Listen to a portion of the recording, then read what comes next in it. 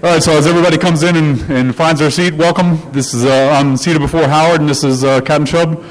We're going to give you a somewhat brief overview of the Army's solution to producing cyberspace capability developers. Feel free to ask questions as we go through. There's no need to wait until the end. All right, so again, I'm Captain Chubb. I am the lead trainer for 17 Deltas. That is the officer MOS for Cyberspace Capability Developers.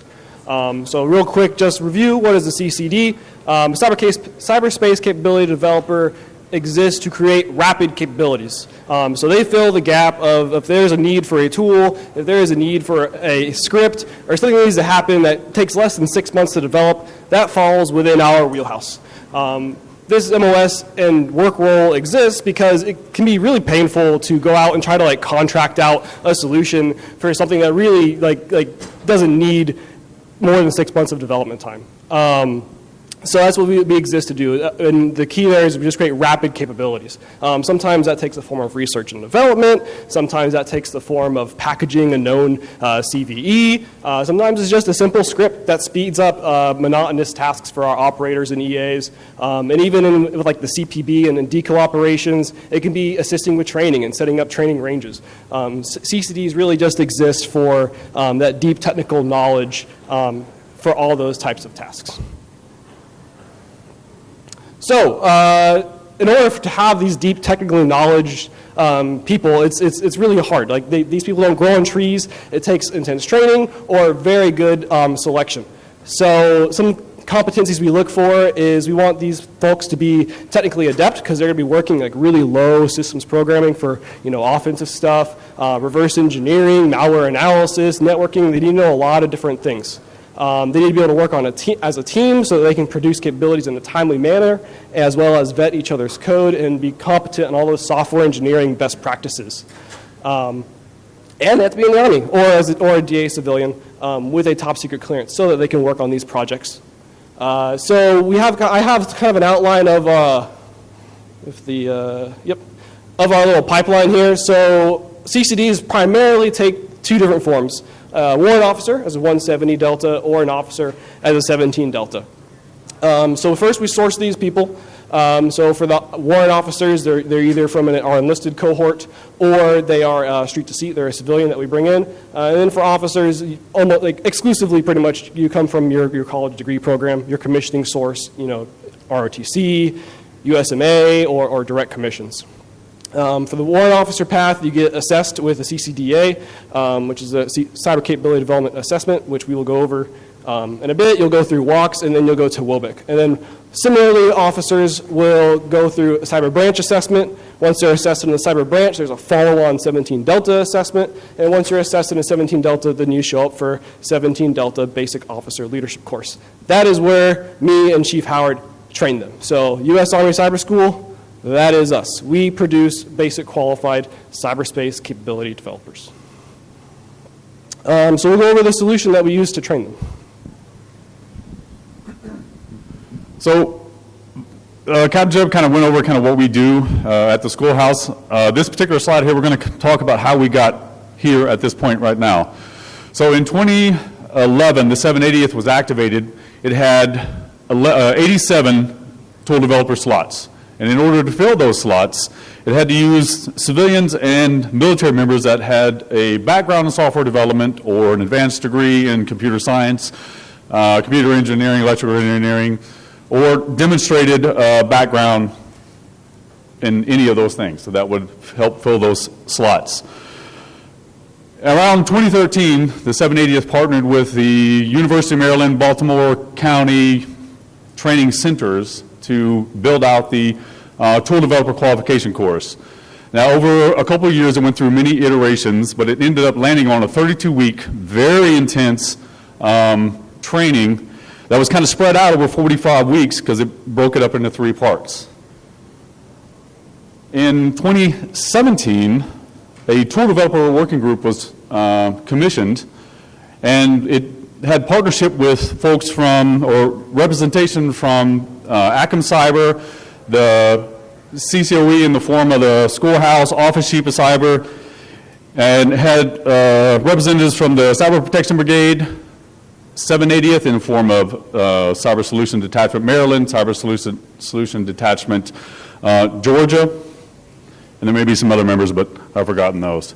So out of that tool developer working group, the .mil-pef analysis was conducted by Office Chief of Cyber. And from that .mil-pef analysis, there were 14 distinct gaps that were identified in the tool developer. 2 of those dealt with there's no TRADOC training pipeline, and there's no career path for tool developers in the Army. Because at that point, all tool developers were either 35 Quebecs or 17 Charlies, 170 Alpha warrant officers, or 17 Alpha officers. Okay? So the Office Chief of Cyber briefed the Commandant and gave him 3 courses of action. One of the courses of action was, hey, continue to try to manage these 17 Charlie, 35 Quebecs using the Bravo 5 Alpha PDSI, or another option was build out a skill identifier specifically for tool developer for officers and warrant officers, and an additional skill identifier for enlisted. Or the third option was to build out, or was to build a officer area of concentration or a warrant officer military occupational specialty. The Commandant chose the third one. So the Office Chief of Cyber went and performed a needs analysis. Now I've lost my place, but that's fine. The Cyber School Technical Director built out an initial training concept based off the needs analysis that Office Chief of Cyber performed. In that needs analysis, the Office Chief of Cyber said, hey, we need a 17 Delta officer area concentration and a warrant officer 170 Delta military occupational specialty. Also came out of that need analysis was, hey, we need a 17 Delta basic officer leadership course and a CAPS career course, and a 170 Delta warrant officer advanced course and warrant officer basic course. So to get after that training, the technical director at the schoolhouse at the time initiated a initial training concept, and he used the tool developer, he used the TDQC as the backbone for the training concept.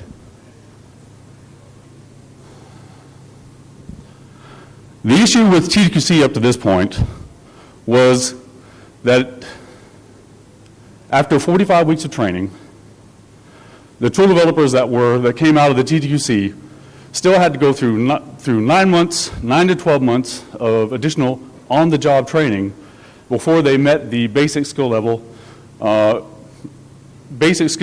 a tool developer.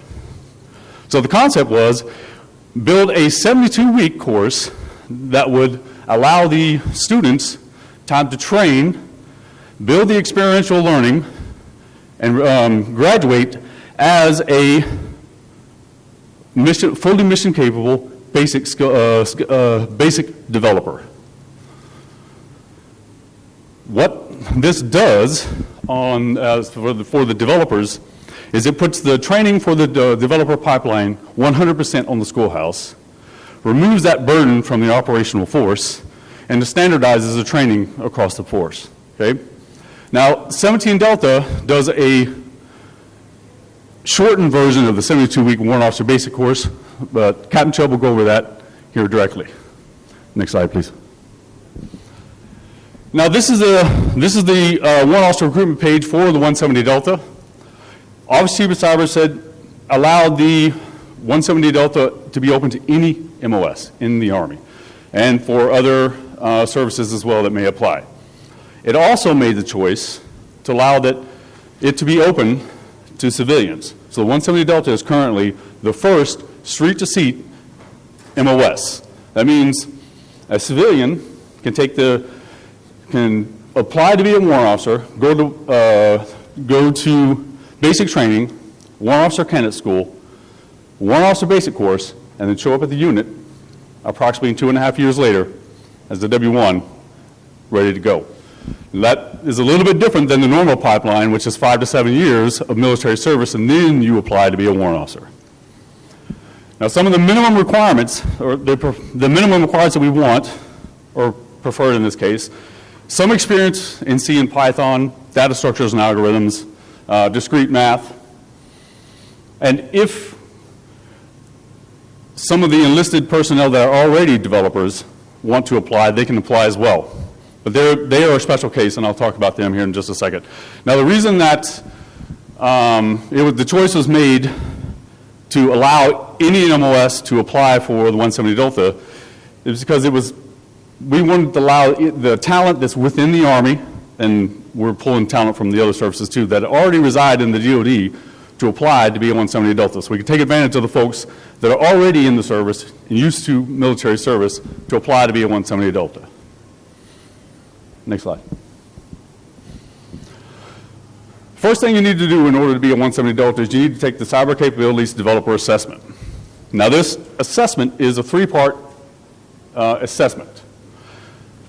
The first part, 7 questions, give us a little bit of background about yourself, whether you have any developing experience, what you like to do in your spare time. It's really just kind of a background information about you. Part 2 is broken up into 2 parts, Part 2 Alpha and Part 2 Bravo. 10 questions apiece. Both sections are timed. And what we're looking for is the ability for applicants to take a problem, break it down into its base set, and solve the problem using critical thinking, logical reasoning skills. And then Part 3 will allow the soldiers, to look at a couple of problems in C and Python, because that's predominantly the language that we teach in the 170 Delta.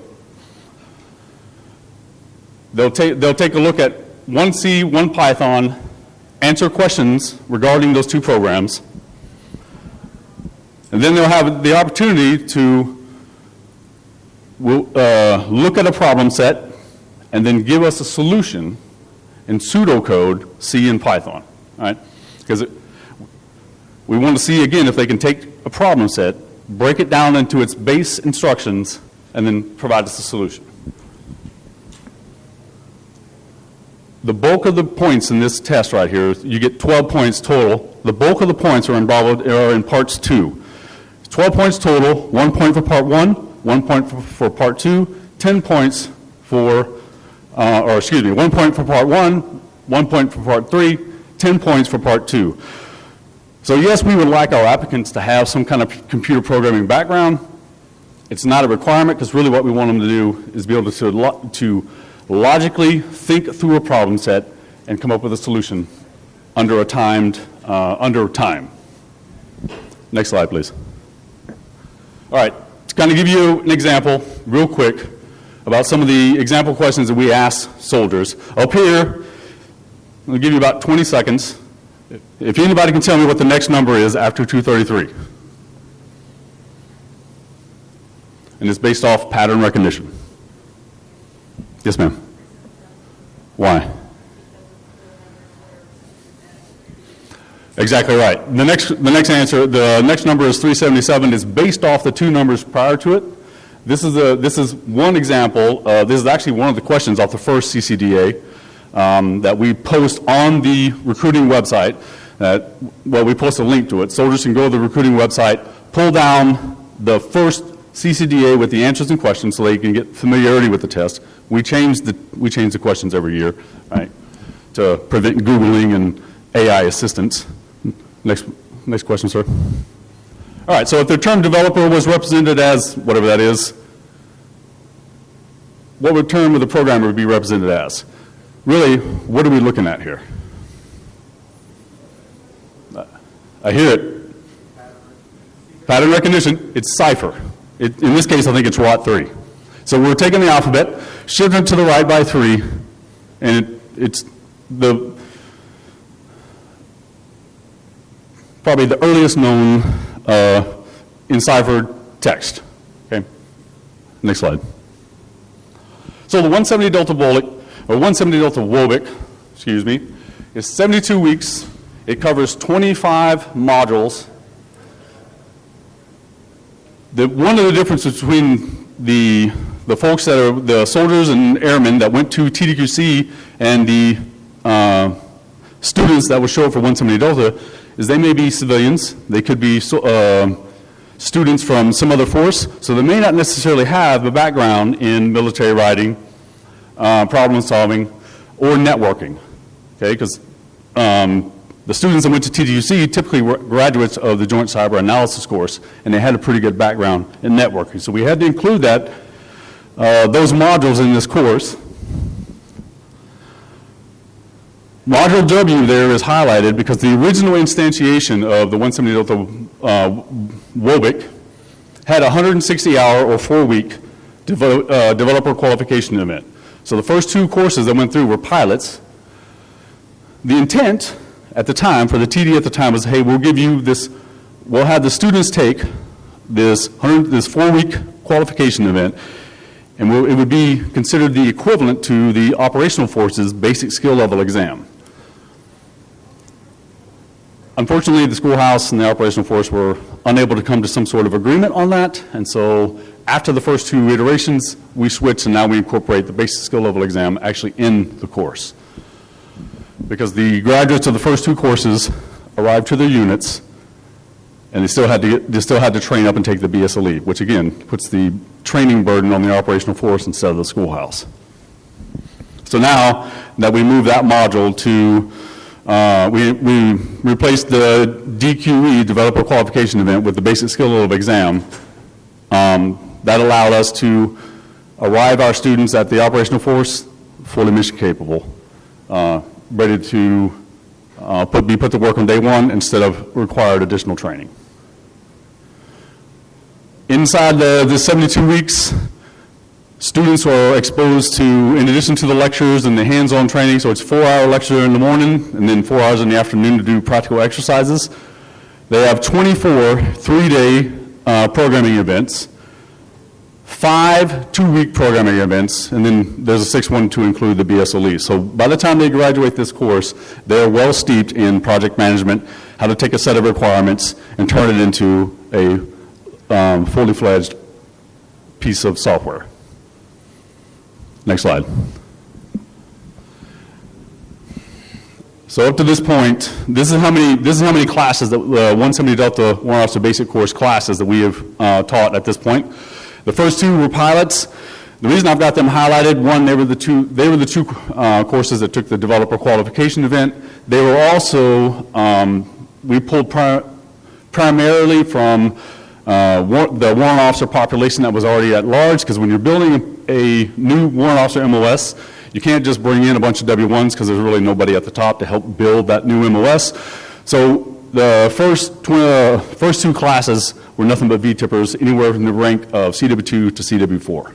Okay? Also at that time, it was thought that we could teach 72-week training with 2 instructors. It didn't go well. So once we got past that initial contract here, and there was nothing against those 2 instructors. They were really good. It was just that was a instructor overload for them, right? That's a lot. Those are 25 modules was a lot for them to ask to be familiar with in a short amount of time. So once we got past their first contract year, we merged with the 17 Delta instructors, which gave us a bench, and so the instructors could specialize in particular modules, which gave us better tailored training within our 2 courses. Now, also, because the TDQC has been around for, at this point in time, about 8 years, we had a list of population that were already qualified as developers. So the 3rd class, the class 2101 or 2201, that was entirely made up of W1s that were enlisted developers. So they came to the 72-week course, completed the 1 week of Common Core, and went back out to the force.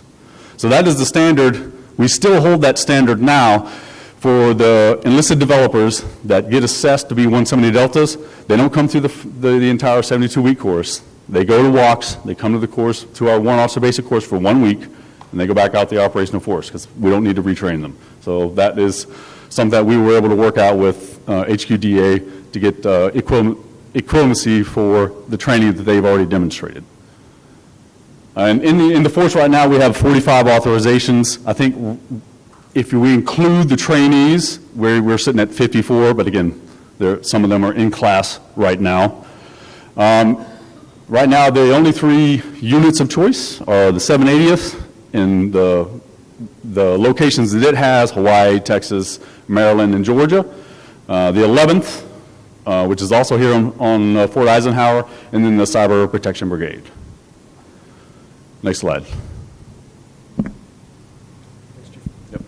Yeah, so 17 Delta Bullock has some similar challenges. 144 authorizations for FY25, still a very small density. Like 144 people is like, that's not a lot of people to know this skill set. So because of that, such a small authorization, we also only run one class once a year of 15 students. So really small. Now, the class is a year long, so like I at least am constantly engaged with a class at some point in time. But the challenge it creates for us is that feedback loop is now 1 year long. So you come into the job, you go through one class, you realize what changes you want to make, and then you go through one more class. So really, it's really 2 years before you start seeing changes in the curriculum. Which is why we adopted a courseware as code model, which I'll get to in a little bit, to kind of decrease that feedback loop and get fast feedback and update course immediately as students encounter the content. So day to day. So similar to 170 Delta WOBIC, we really saw that the students learn a lot better with just frequent practical application of whatever they're learning.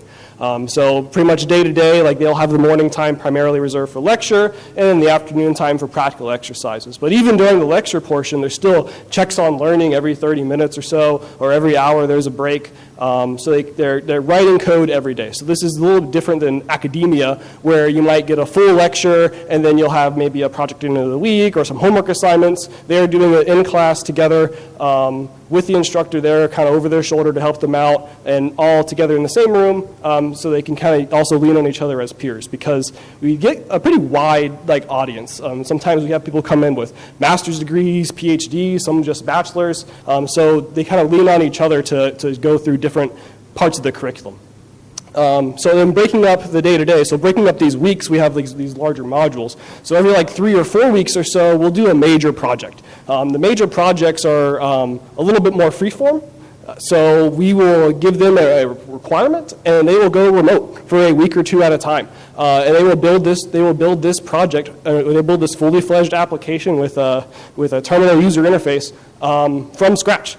And then when they come back from their project, we will treat it like a code review. We will sit down, we will review their code, we will go through the merge request line by line and ask them about their code and how it occurs in different circumstances. We'll run test suites again, static analyzers, all kinds of stuff. We really want to get them with the intent that they're able to go work on a team and create production code. A lot of times, our students will come in with knowledge of academia, yes, they can explain to you what a linked list is, they can explain to you how the operating system works, but their code is not great. There's seg faults, there's memory leaks, all kinds of stuff. So we really primarily teach software engineering best practices. That's really kind of the core of the course. It also provides touch points for the instructors. So if I go and I sit down and do all these code reviews and I recognize that everyone's falling short on this one thing, then that allows me to, again, go look at our curriculum and see, how are we teaching that block. So that's great. And then it also encourages creative application of these skills. No 2 student submissions are going to be the same. There's no one right answer to any of these things. They really have total control, which is a step in the right direction over what we used to do, or what you'll see online with Codecademy and stuff. It's not fill in the function. It's like you build this from scratch. These are your 5,000 lines of code or what have you. So courseware as code, I mentioned that before. In a nutshell, it just means that we are leveraging Git and DevOps principles to manage our curriculum. So just like how you would use a version control system for your production code, we use it for our curriculum, for our markdown documents, as well as all the automation that comes with GitLab for spinning up projects, creating artifacts, etc. So some bullets of things it offers. You get line-by-line version control, you get instant collaboration, you get automation, you get pages to host content via a static site instead of just a bunch of PowerPoint slides floating around. And then you can have issues tied to milestones to kind of track like student progress as we go by competency. So this is courseware as code. This is our student textbook. This is what we teach off of. This is what the students see every day. This is a static site generated website. It's created from a bunch of markdown files, and we just have all the folders as the modules, and then each individual file is the lesson. So students can navigate through the lesson via the table of contents, or they can navigate the course.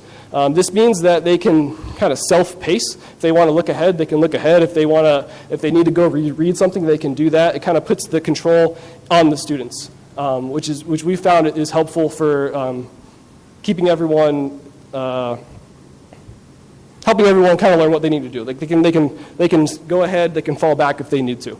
It also means that we can cater to more than just our resident student audiences. We have asynchronous students, National Guardsmen, reservists, just curious 17 alphas, enlisted soldiers, what have you. Anyone in the schoolhouse can reach this static site. It's hosted internally on our VTA platform. So it's more approachable and encourage exploration. There's self-pacing, increases availability, and this updates instantly. Anytime there's a change to the main branch of the curriculum, this site updates. And if a student has a change they want to make, or they see a typo, they want to add an admonition or an example, all they got to do is they just click this little button right here, and it creates a merge request, automatically templated out. They just got to type in whatever they want to change. It'll automatically go to me as the curator of the content, and then I can approve it. So instantly, we get that feedback integrated into the curriculum. Which is really great, because a lot of times with a traditional Army course, the AAR, you might mention that like this part wasn't great, but if your course is a year long, like you're doing the AAR a year later, you've forgotten about the typo on page 3 by then. So we get the courseware as code set up, and it just allows us to have all the benefits that you would get with any other Git repo.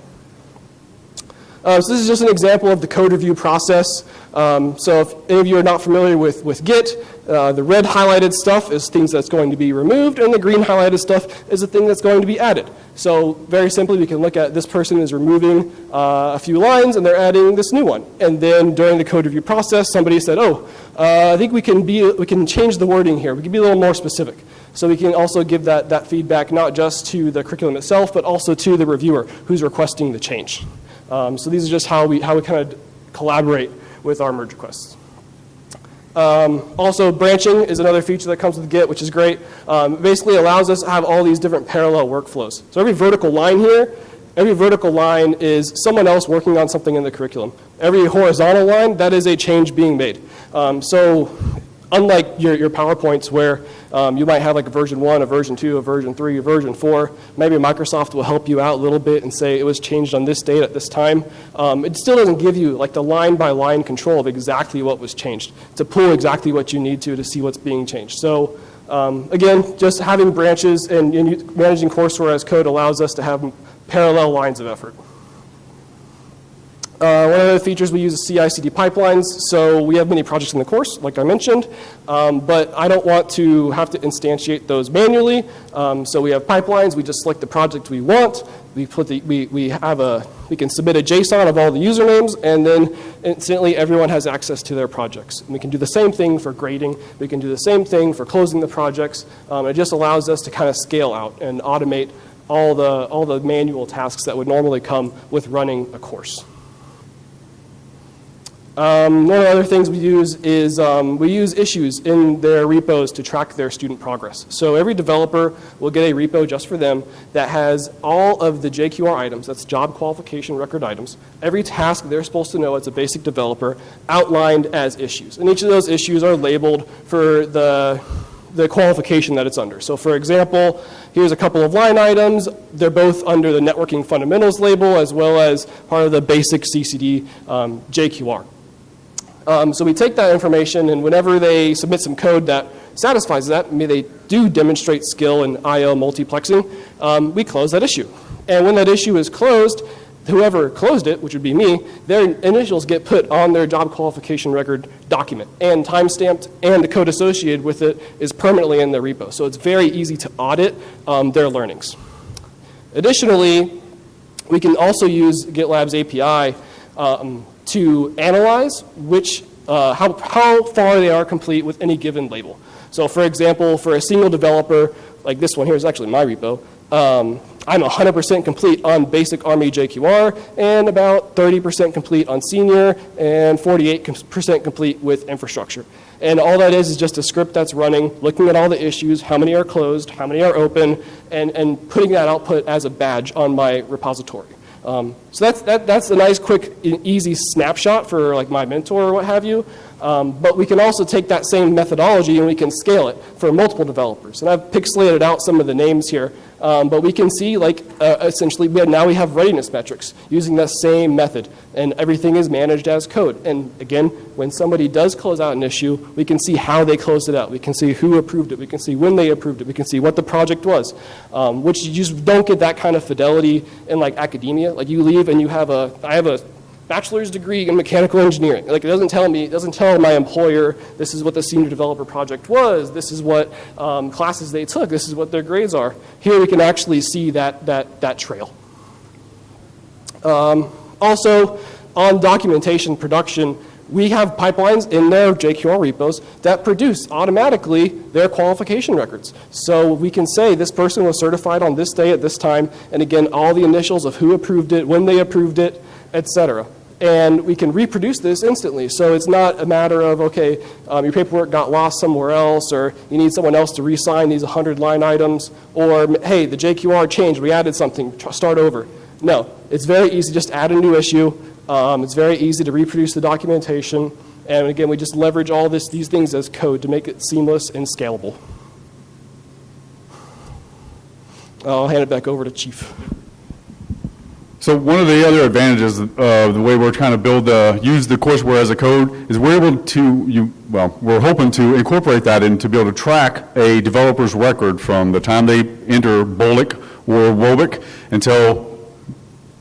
until they retire. So we can track their progression, their key markers throughout their career, and then as Captain Chubb was saying, if something gets lost, they don't have to start from scratch. We'll just go back, take care of the one deficiency, and then we have a historical record of it.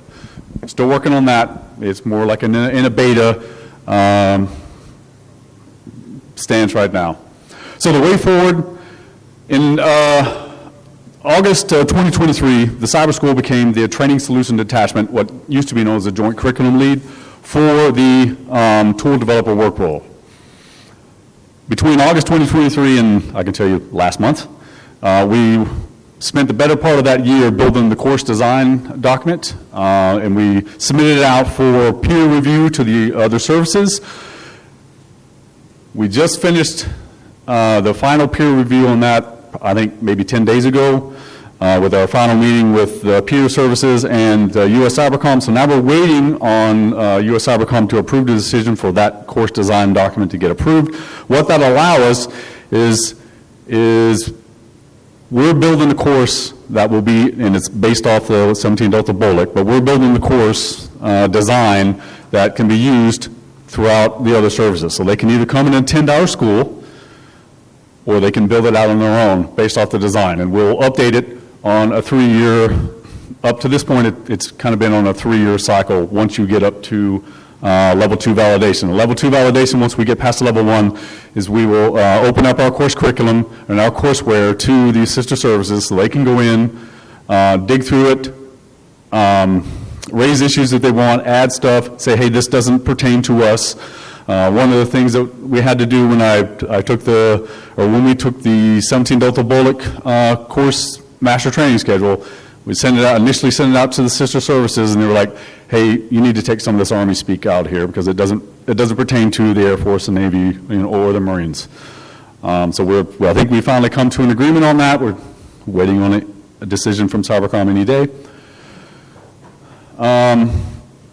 Also, since both of these MOSs are relatively new, the critical task site selection board for the 170 Delta will be held at the schoolhouse next April, from April 20th through, I think, May the 2nd. So if you have 170 Deltas within your population that you can let go and come participate in that, I I would appreciate it. Because again, as you saw, there's only 45 of us in the force. So more hands on deck to help us make sure that what a W1 does all the way up through W5, what those tasks that they're supposed to know at each one of those critical junctures, that's going to help. We're going to help identify that and make sure that the training paths we have in WOBIC, the newly approved WOWIC, the Warrant Officer Advanced Intermediate course, and then the Warrant Officer Advanced course, make sure those training tasks are where they should be. Okay. Next slide. So at this point, do we have any questions on? Yes, sir. Hold on, I need to come to you with the mic. Because they're recording this, you need to speak into the mic so they can make sure that the questions are understood. All right, so I'll try to ask this. It's kind of a two-part question. And I've talked to you guys about this before, but with the AI ML coming online with, a lot of people using it, do we feel like we're falling behind if we don't start addressing that in WOBC or in BOLIC? The secondary part of that is as we start looking at rapid development for capability, I start thinking about folks that do bug hunting and how do we get our folks where they're like-minded for bug hunting, so they're constantly up on CVEs, constantly looking for vulnerabilities in different systems, and then to link that to the AI piece, maybe this is a Warrant Officer Advanced course or something. How do you get the AI ML to do some of that for you so we can get a production chain that's much quicker than what we currently have? Okay. I think I remember both of those questions, but first question I can speak to pretty solidly. The 17 Delta BOLIC and 170 Delta WOBIC, we're training to build a basic capability developer, and at that point in time, they're not specialists. What we're trying to get to is intermediate C and intermediate Python level capability developers. There are seven senior specialties, I think. Unix access, Unix persistence, Windows access, Windows persistence, infrastructure, data science, and RF, and radio frequency. AI and ML can either become another senior specialty or that topic could be incorporated into the Warrant Officer Advanced course or Captain's Career course. Yeah, we touch a little bit on AI in the data science block in the courses. So they'll learn like prompting. They'll kind of learn how it works a little bit. But really one of the things we really stress in the course is we want to teach those best practices and build that confidence. And if we introduce AI too early to that, then it becomes a crutch for them.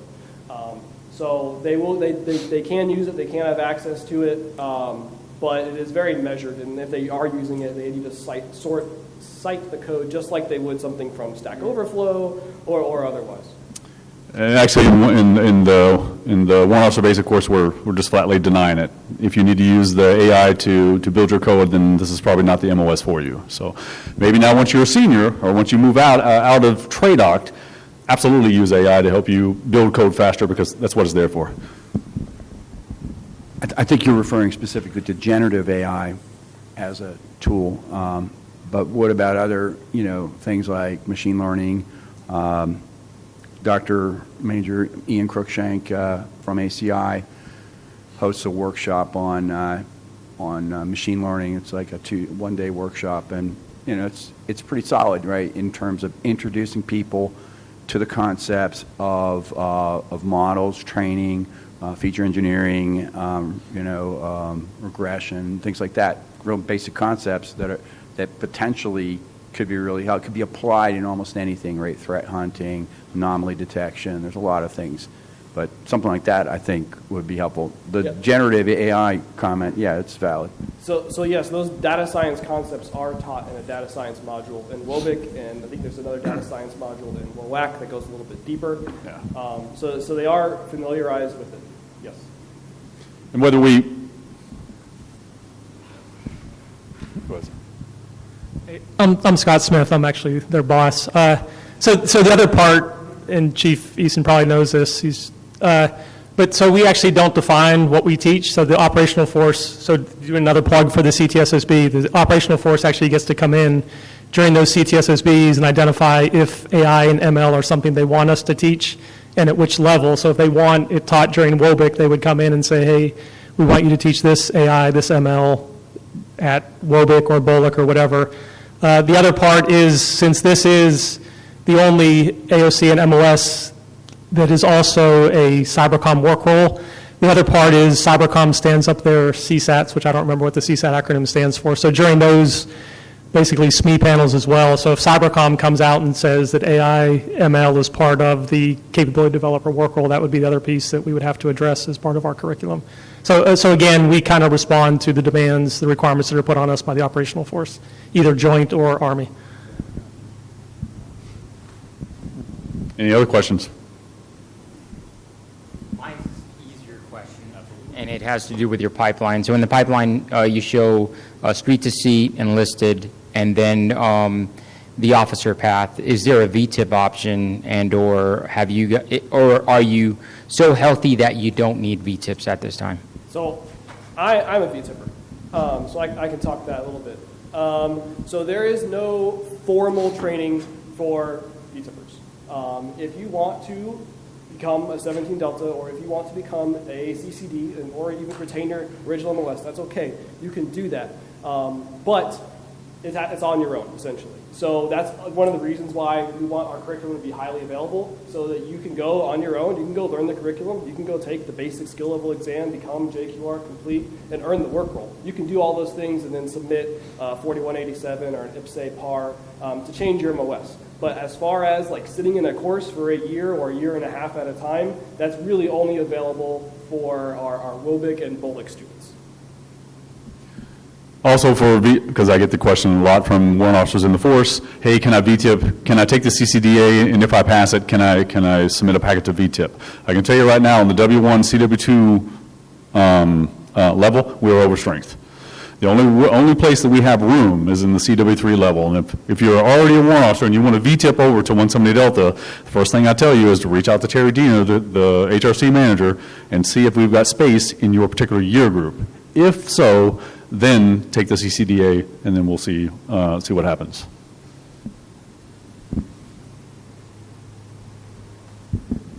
As someone who's currently working through the courseware on my own, if someone becomes qualified, finishes the JQR and finishes the BSLE, it sounded like you said that we're not required to VTIP to 17 Delta to be a CCD and be qualified in that role. Is there positions within 780th and like 11 Cyber CPB where I could go as, for example, a 26 Bravo who is CCD qualified? Do I have to become a 17 Delta in order to do that, or can I go as a 26? That's really going to be at the discretion of your commander of where they want to put you. Now, their developer billets are going to be likely coded 17D or 17 Charlie in the instance of 11 Cyber.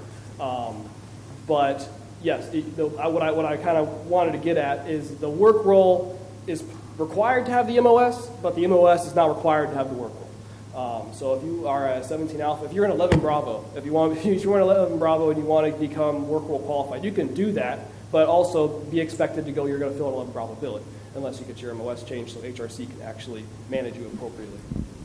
Yeah, that's kind of how the enlisted 17 Charlies, which there is no enlisted developer MOS right now. That's exactly what they're doing. The operational force is training their highly talented enlisted 17 Charlies as developers and using them as such while they are at their unit. But again, as I kind of mentioned earlier, there's no guarantee. Once those 17 Charlies PCS to a different unit, they're going to fall in on a 17 on a developer billet, which that's a ton of wasted talent. Well, I guess you opened yourself up for another one here real quick, but this is more of a statement, though, is if those 17 Charlies are qualified and already met the requirements, why aren't we looking at making them 170 Deltas? Or utilizing them with a PDSI and keeping them in the enlisted force. So, as far as using them as a PDSI and keeping them in the enlisted force, that is an operational decision, right? The schoolhouse does not tell the operational force how to manage their people. You refresh my memory on your. Oh, okay. Yeah, go ahead.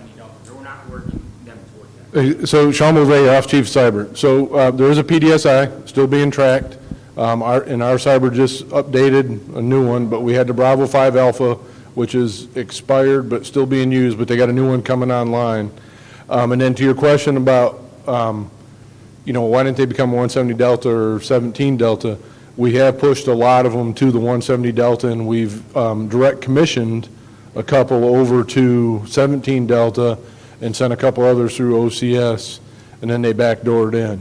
And then back to your question, all the billets out there are 17 series.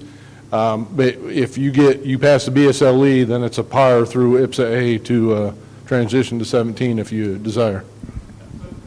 So the enlisted that do come over to, just to kind of add on.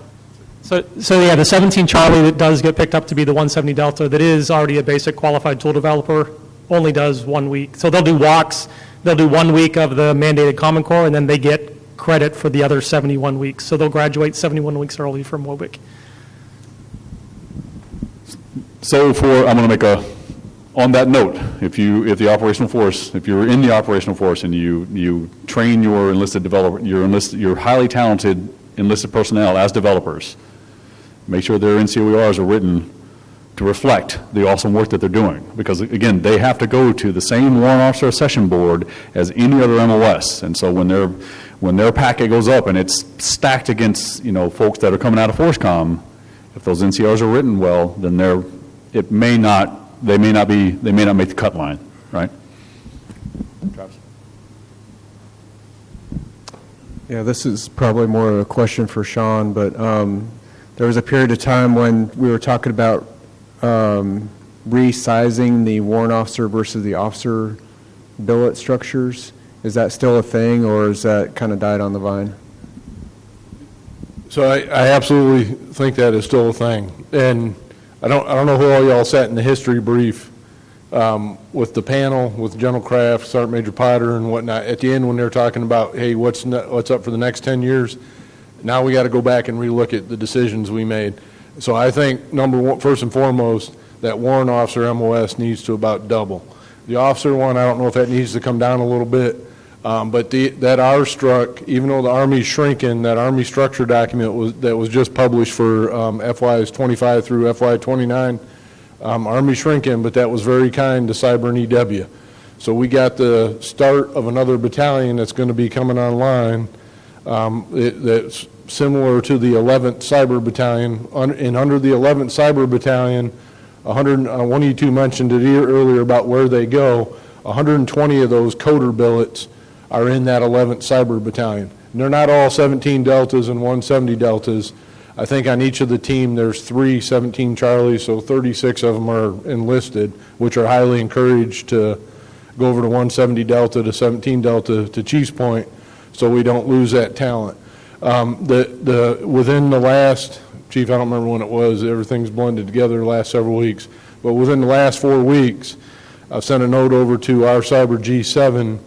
Now that we got that R-Struct published and we know we got the growth for the 11th coming, we got to sit down and have a hard discussion about what we're doing with the capability developers.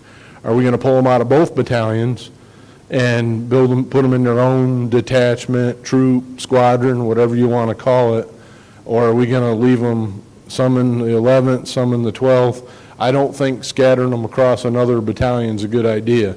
But to your question, we got to have that conversation. But I do see development as a growth industry, especially as we expand out into the senior work role, the RF senior work role, and we start looking hard at tools future for, electromagnetic warfare reprogram and that type of stuff. I think there's going to be a growth industry within the cyber branch for the developers. Over.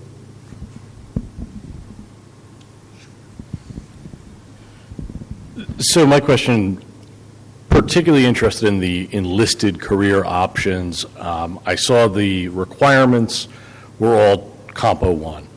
What talent from Compo 2 and 3 are you trying to leverage? And if we don't have a training path for enlisted, I see it as a potential lost opportunity because there are people who do this for a living in their day jobs. And if a warrant officer can go and do it in 1 week, I'm sure that with the right structure to the course, we could have people testing out of modules and have fully qualified developers in the reserve to augment this pacing item, as it was titled on the brief. Yeah, so like again, all my curriculum is available to anyone with a CAT card.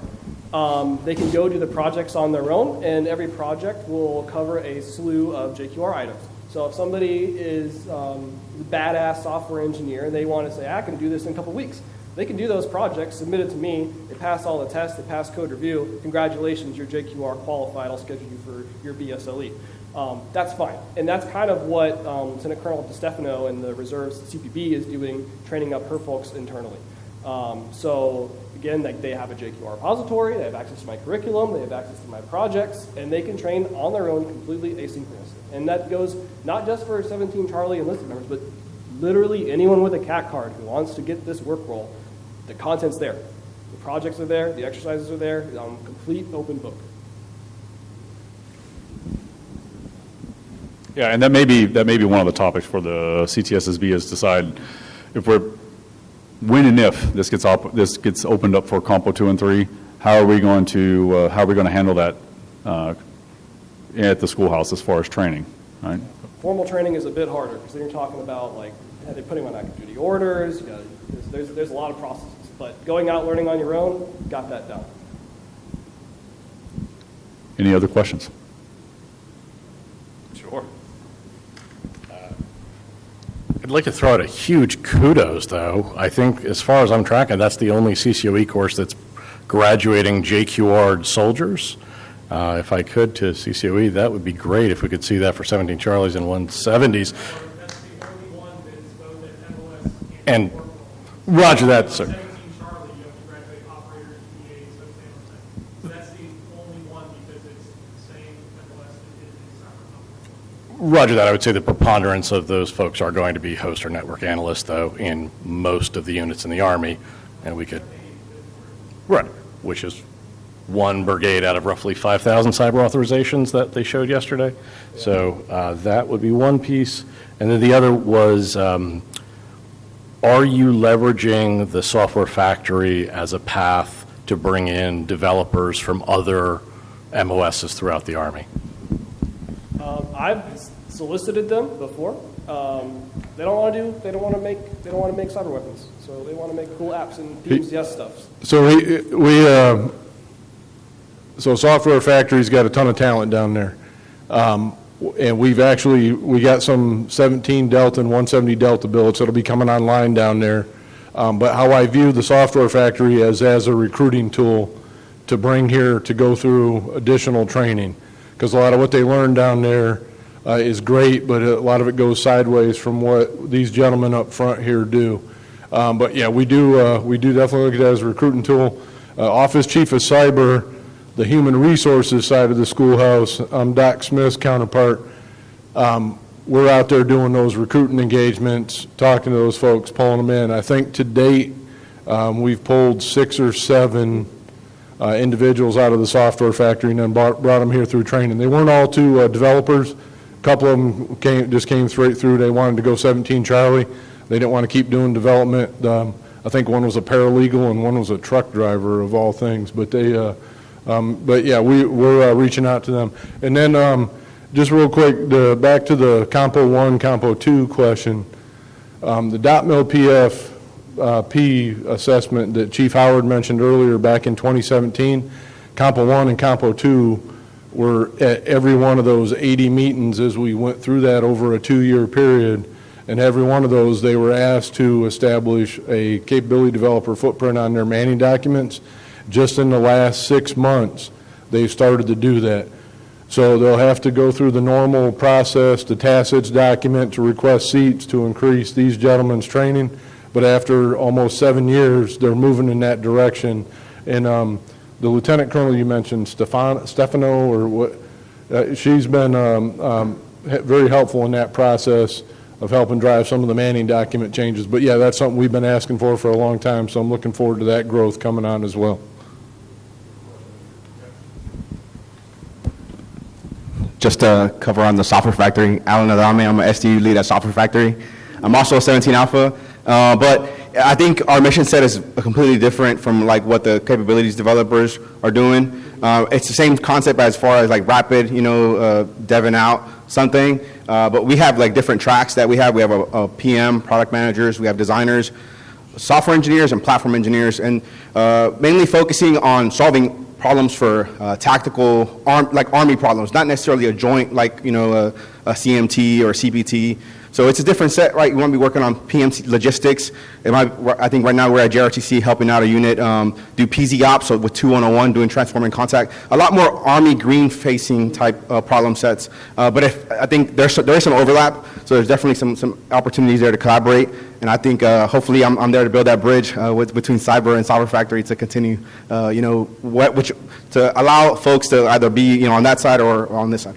Yeah, absolutely. The 17 Deltas and 170 Deltas, we exist to create effects, and the Software Factory exists to support the Army in ways that they need that automation. Any other questions? Short answer is absolutely. I'm trying to poach all the software factories. Yep. Yeah. All right, so I think that we're about 3 minutes short of 16:30, which I think is the end of this talk. So if there's not any more questions, that ends our brief.